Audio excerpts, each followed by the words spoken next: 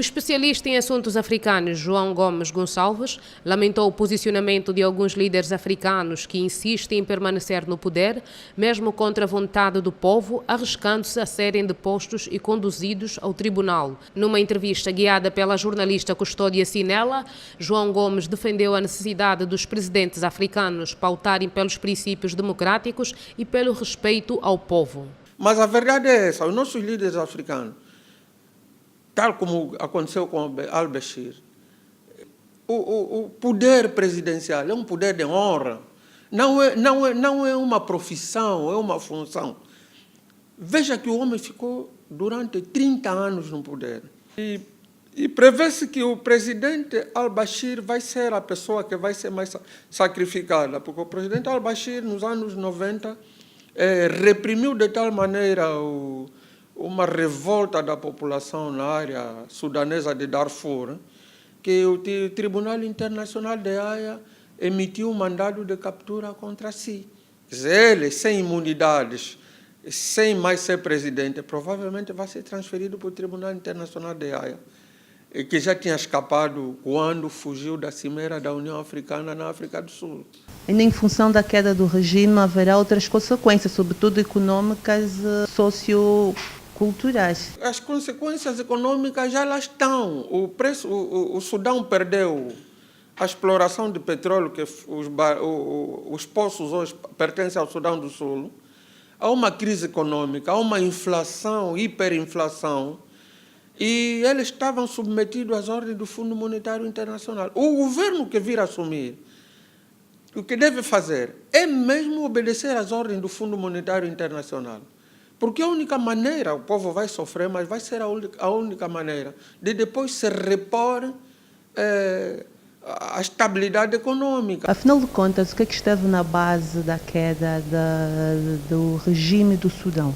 O Sudão entrou numa crise desde 2011, quando ficou separada do Sudão do Sul. O Sudão do Sul, a parte sul do Sudão era o que tem as reservas de petróleo. Quando o sul do Sudão separa-se do Sudão, o Sudão de Khartoum entrou numa crise econômica. Uma crise econômica que fez com que o presidente al-Bashir não consiga gerir. Em 2013 houve uma revolta, porque as autoridades de Khartoum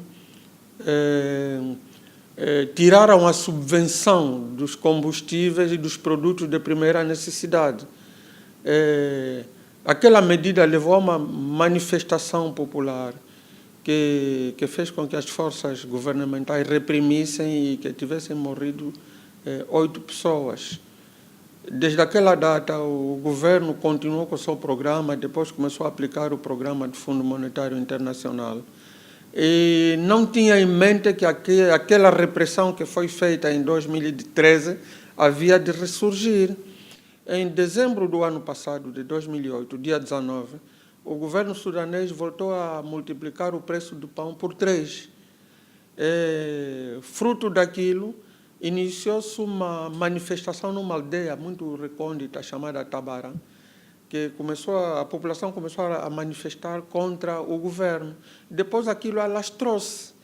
O presidente al-Bashir tentou abafar aquilo em janeiro, com uma medida de repressão, não conseguiu. Em fevereiro ele impôs um sistema de estado de urgência.